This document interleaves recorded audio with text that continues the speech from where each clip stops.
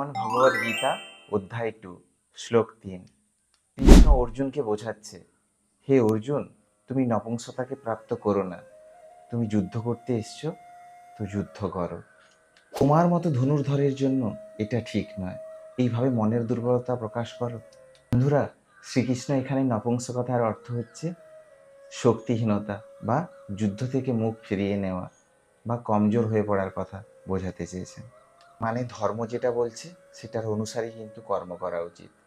নিজেকে দুর্বল ভেবে কাজকে ছেড়ে দেওয়া এটা কিন্তু ঠিক না।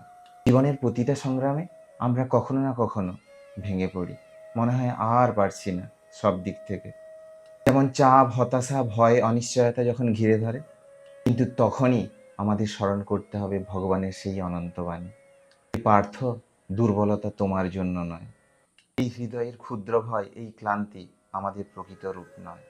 তাই তিনি বলেছেন, ক্লৈব্যং মাস্মগমঃ পার্থ নৈত্বত্বজ্জ উপপদ্যতে ক্ষুদ্রং হৃদয় দৌর্বল্যং তত্ত্বতিষ্ঠ পরন্তপ। তাই এই দুর্বলতা ত্যাগ করো। তোমার জীবন একটা যুদ্ধ, আর তুমি সেই যুদ্ধে জয়ী হবেই। ভয় নয়, সাহসকে ধারণ করো। তত্ত্বতিষ্ঠ পরন্তপ। উঠো, লড়ো এবং জয়ী হও। ভালো লাগলে অবশ্যই কমেন্টে রাধে রাধে লিখুন। ভালো থাকুন, সুস্থ থাকুন, শেয়ার করতে ভুলবেন না। রাধে রাধে, হরে কৃষ্ণ।